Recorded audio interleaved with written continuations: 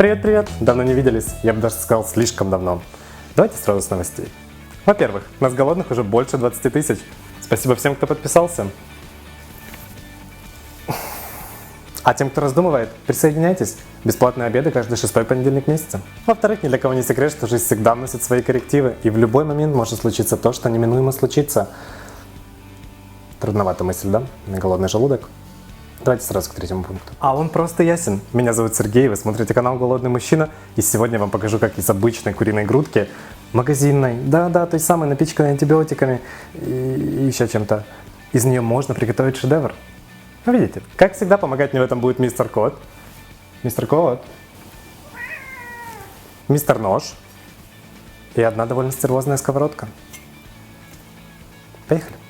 Первым делом маринад для курицы. Миску подготовьте, туда отделите белок одного яйца. Желток нам не нужен, но с ним чего-нибудь придумайте. Можете выпить, для голоса полезно, только не отправляйте в холодильник. Но он там пролежит 2 недели, вы же себя знаете, вы все равно его выкинете. Еще чайную ложку соли и ровно столько же соевого соуса. Сверху присыпаем 4 столовыми ложками крахмала. Довольно полные они у меня. Ложки в смысле. Ну и 1 столовую ложку воды. Теперь хорошенько все заколачиваем. Возможно, сначала будет трудновато, а консистенция будет довольно забавная. Кстати, а не является ли этот маринад ньютоновской жидкостью? Если вы в теме, отпишитесь в комментариях. Доводим маринад до однородного состояния и отставляем. И, конечно, приступаем к курочке. Я беру 600 грамм филе, это полная грудка, ну или 2 филешки. Знаете, обычно у меня дома ритуал такой. Я срезаю хвостики, ну и ненужное барахло. И, конечно, тут приходит кот. Куда ж без него? На, ешь. Да-да, он балованный. Звездная болезнь, все такое. Ну, я с ним поговорю. Что касается самой курицы, режьте как вам удобно, главное не делайте кусочки большими. Я сделаю их продолговатыми. Бог его знает, как там едят китайцы, я хочу так. А вы хотите как хотите. Нашинковали немножко курицы и в маринад ее. В общем, идею вы поняли. Затем, как только вся курица перешла в миску с маринадом, не стесняемся, ручками перемешиваем. Нам нужно, чтобы маринад равномерно обволакивал каждый кусочек. Помесили его слегка и отставляйте. Все, переходим к плите. Теперь нам нужно обжарить курицу во фритюре. Какую-нибудь кастрюльку, немного растительного масла. Ну как немного, может стаканчик. Кстати, вы не думайте, это масло. Вот бутылка. А то мало ли. Хорошенько разогреваем масло, я пользуюсь кухонным термометром. Как только температура достигла 175 градусов, начинаю жарить. Вы же можете поставить огонь выше среднего и прокалить масло минут 5. Главное, чтобы оно не начало дымиться. Дым, он, знаете ли, только от пчел спасает. Не устраивайте дома дым. Дальше маленькая хитрость. Не вываливайте все кусочки курицы. Берите по одному, кидайте, заполняйте полностью дно, затем вилкой аккуратно приподнимайте. Таким образом каждый кусочек отлипнет от дна и не прилипнет к своему соседу. Обжарили первую партию и на салфетке. Кстати, подготовьте еще тарелку с салфетками. А если вам не удалось их стащить в Макдональдсе, ну пользуйтесь тем, что есть всегда дома. Или один такой. Так, ладно, проматывайте. Салфетки кладем, да. Итак, обжариваем наши кусочки курицы до золотистого оттенка. Поднимаем их шумовкой, стряхиваем лишнее масло и отправляем на салфетки. Таким образом обжариваем всю курицу, перекладываем на тарелку. Да, кстати, курица будет выглядеть вот так. Да, я знаю, хочется съесть сейчас.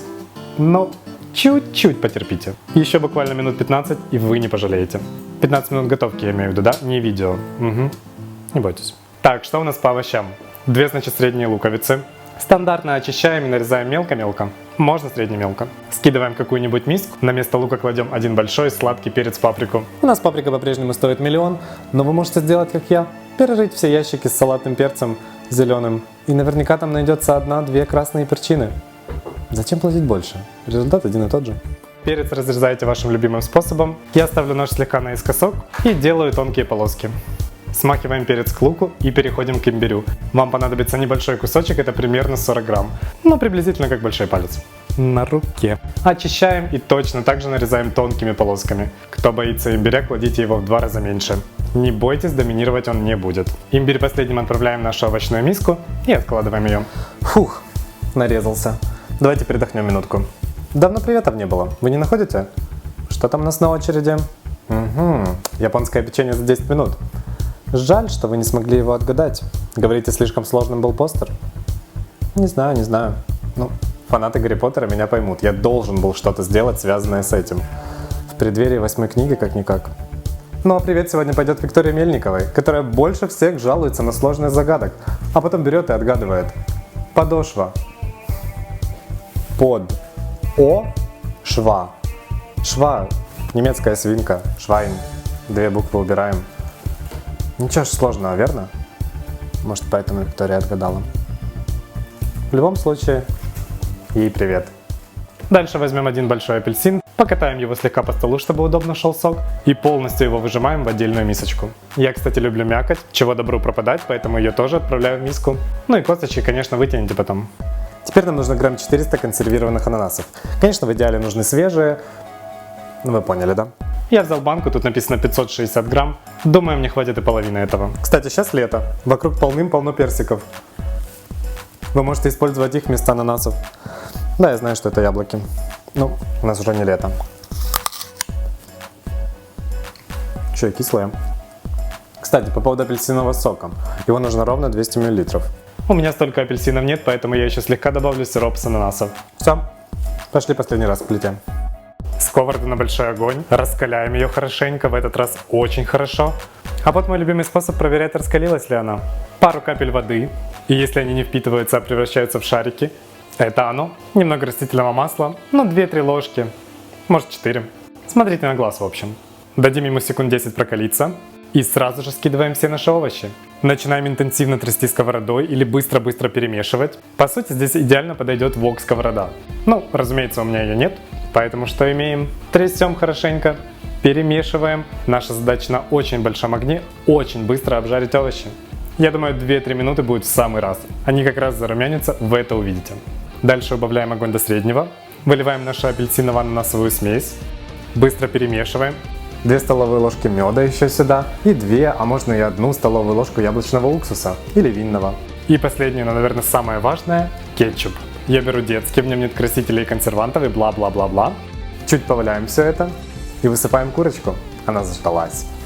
Напоминаю, огонь средний, можно убавить до умеренного. И оставляем тушиться на 5 минут. Периодически перемешивайте, чтобы курица хорошенько пропитывалась со всех сторон. Кстати, вы увидите, корочка начнет впитывать соус и набухать. Надеюсь, это правильное слово. В любом случае, это будет просто обалдеть.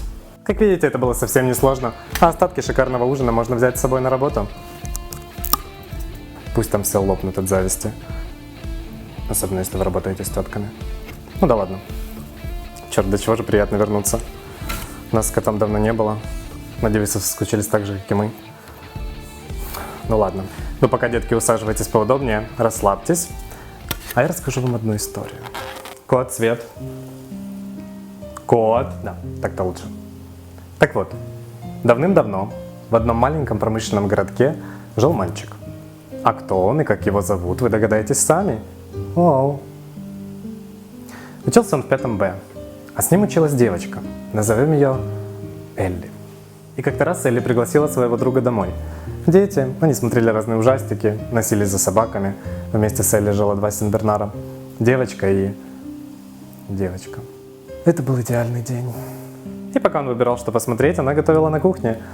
Он готовить тогда не умел еще. Готовила она картофель фри. Настоящий. Что такое Макдональдс, они тогда еще и в помине не знали. Стоит ли говорить, что это был лучший картофель фри, который ему доводилось пробовать, даже спустя многие годы. Его секрет был в том... Впрочем, это тема для отдельного ролика. Если это видео наберет 10 тысяч лайков, так и быть расскажу. Почему я рассказываю вам эту историю? А потому что спустя годы мальчик превратится в юношу, выучится в университете, попробует себя в разных сферах.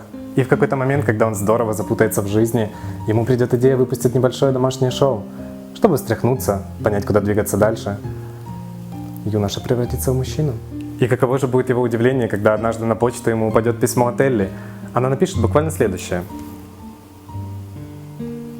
Они не виделись и не общались 10 лет.